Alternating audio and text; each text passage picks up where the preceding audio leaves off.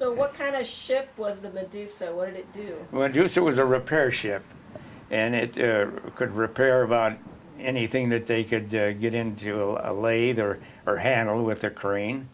And so we would just anchor out, and maybe sometimes, I don't know if I have any pictures, but we'd have 3 or 4 tin can destroyers tied alongside, and they would repair broken valve handles or various things that would break off that the Medusa could handle aboard the ship and wouldn't have to send it over to the Navy Yard, which would take a lot of paperwork and time.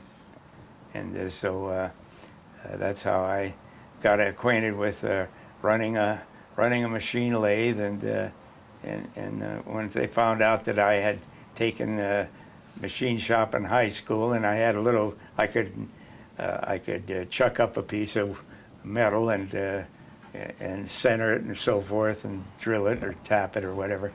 And so that's how I started out. And I forget how long I was on the Medusa.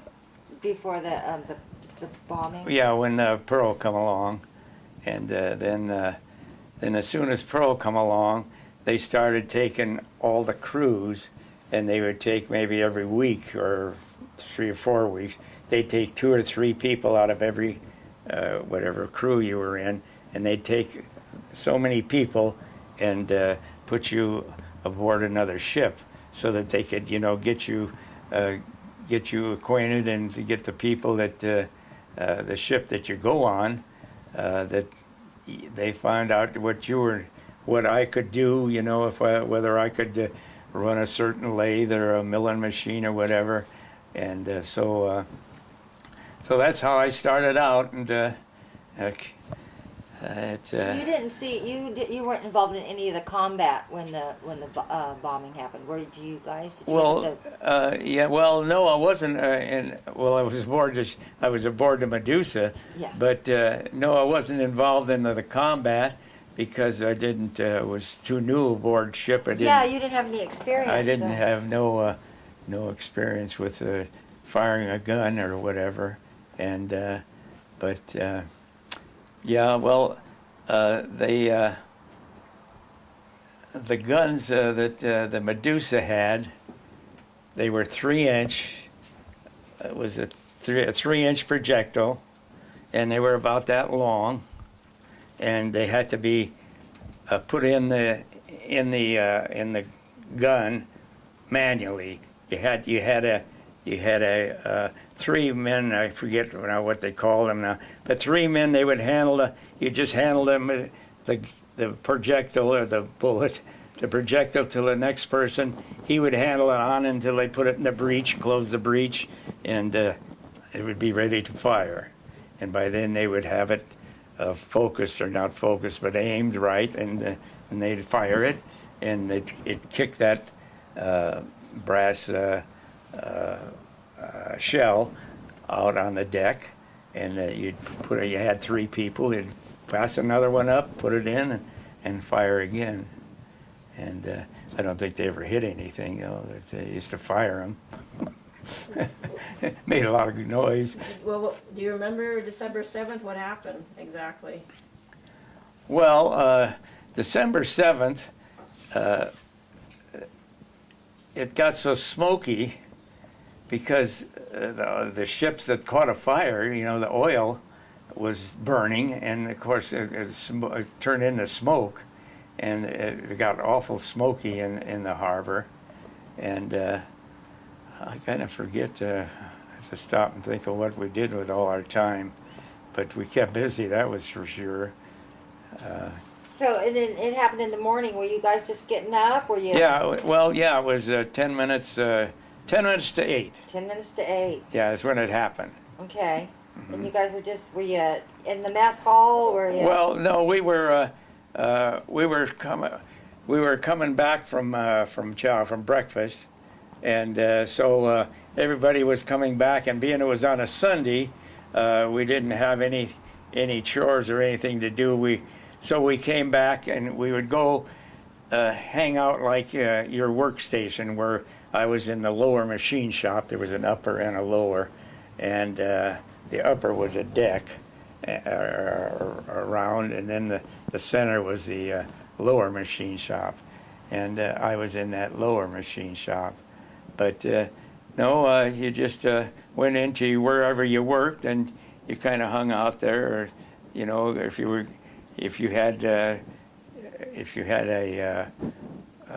pass to get ashore, Yeah. you might want to go ashore, you know, and you might go ashore because you could go ashore, but you'd have to be back aboard the ship by 9 o'clock because they didn't want to get too many sailors and people on shore Oh, to yeah. spend the night and be drunk and whatever, you know.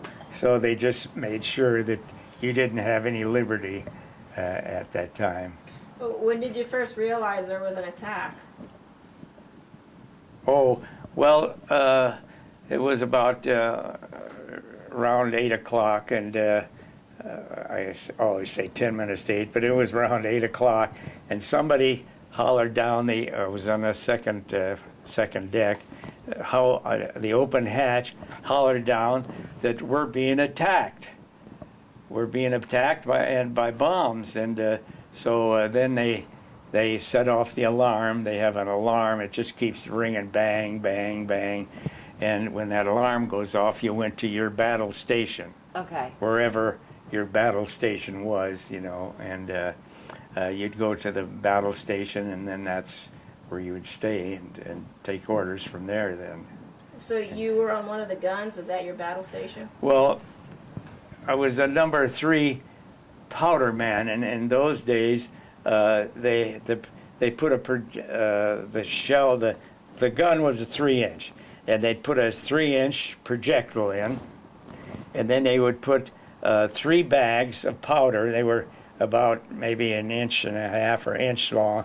They put 3 bags of powder, and then there would be somebody with a ram would push them in tight, and then they would close the breech, and it would be ready to fire. And you were the guy that loaded the powder? Well, I was just handling a bag of the powder, one bag. See, Yeah. there were 1 bag of powder. You just hand 1 bag up to and somebody else would push it on and hand it along, so you didn't have to walk back and forth. You just passed it on. And so you passed on the bag of powder, and they'd push it in the breech, and that's what. How many do you think you did that day? How many bags passing? How many? Oh, I couldn't even. I don't know. I didn't even, probably never counted, really. I don't think I remembered, you know. I don't think we even counted. Just as long as they come, you pass it up to the next person, you know. And because, you know, I was only aboard the ship a few months and wasn't too acquainted with nothing, really. He was too green. Yeah. So you could smell all the oil and the fires and everything? Oh yeah, once the oil started burning, then it got real, you know, the oil burning, it got smoky, and then it got to be evening, and once it got to be evening, they'd had general quarters all night long. You'd have to stay at your battle station. Oh, I don't think we went through that for about 3 weeks. We stayed there at our battle station all night long, and just because we knew that they were going to come back, and if they would have come back, you know, they would have just walked right over us because we weren't expecting it and weren't ready for it, and that's where the Japanese made their mistake, is not following through. Oh. Yeah.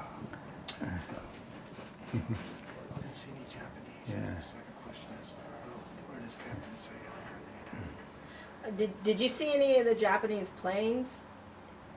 Japanese planes? Oh, I don't. Or subs? No, I don't remember seeing any planes. If I did, I'd have to think about that. I don't remember seeing any planes or subs or anything else. No. So were you far away from where the Arizona was and the other ships that went down? Was your ship Oh somewhere? no, We were maybe like from here across the street. You know. Really? Well, we were close. Yeah. Wow. Well, you know, Pearl Harbor isn't that big. No, Well, no. I don't know. But there are a You lot of wouldn't ships remember. in that harbor. After Oh. they bombed in the morning, did they continue to bomb the rest of the day, or was No. it just the one hit? No, and no, just that one hit. Because if they would have kept bombing, they could have just, Then know. you guys would have. We had it. We weren't ready for it, and they could have just taken over. The second time, yeah, that's where they made their mistake. They Well, didn't. thank They goodness didn't for follow us. through, you know, and but they thought they probably didn't realize that we weren't ready for them, you know, or we weren't ready for anybody other than going ashore. Yeah, really. Liberty. So did your captain say anything after the first night to the ship? Or? No, I don't remember hearing anything from the captain. That no, I never heard anything from the captain. I don't even remember what the captain's name was anymore. I'll have to stop and kind of look into that and see if yeah. So did so after the initial attack, did the Medusa sort of go around and start repairing ships? Well, no, because we were at anchor, and the destroyers, which we had alongside them, 2 or 3 of them. No, they would come alongside us and tie up to us, and we were anchored out, and so they would tie up to us, and then we would just go from our ship over to the ship being repaired or whatever they were there for, and Look at here. So you got. Yeah. Now here's your ship right there. Yeah, So, okay. This is what's by you. Yeah, well, you see, there we had, what did it show, 4 ships there? 4, I don't know what ships Yeah, they you were. have the Zane, They were the Wasmith, yeah, I think WAS Wasmith, Wasmith and the Zane, the Zane, and the Tanner. Trevor. Trevor. I Trevor. can't read it, but There's a Perry. and the Perry, and see, there were 1, 2, 3, 4. Yeah. Four boats or ships tied up alongside us, and that's where we were right there. Oh, okay. Yeah, your ship looks bigger than all those other ones that you Well, they were next to bigger it, yeah. because our ship was, I don't forget how many feet it was long, but no, these were just destroyers, you know, they were Okay. pretty small ships. All right. Yeah. Well, how many men were on your ship? I think that I think I was always kind of going within about 90. There were about 90 that were permanent assigned to the ship and had a division. Like we had a division and so I think that I don't know how many ships there were in that harbor at the time. Quite a few. Oh, In yeah. the- A whole lot of them. Yeah. And you're in the Pearl City Middle Lock. Well, there was so many things, you know, like when we were in the service, we didn't pay any attention to what the next division did, what the next ship was doing. You know, it was just another ship, and if we didn't have any business on it, we wouldn't be going on it. And